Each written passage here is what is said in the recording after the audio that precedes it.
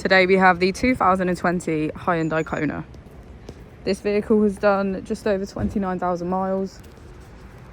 It has an automatic transmission and a fully electric motor. To the left of our steering wheel, we have voice control as a feature, as well as automatic headlights. To the right, we have cruise control and automatic wipers. Moving on to our screen, we can access our setup, media, which includes our Apple and Android CarPlay, radio, button settings, navigation and map. If we put the vehicle into reverse, we can see that it comes with a parking camera with front and rear parking sensors. Just below we have our climate control with heated seats on either side and our heated steering wheel in the middle.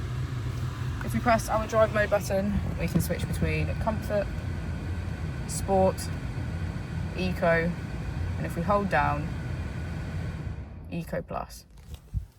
As we go into the back of the vehicle, we can see that it has a full leather black interior.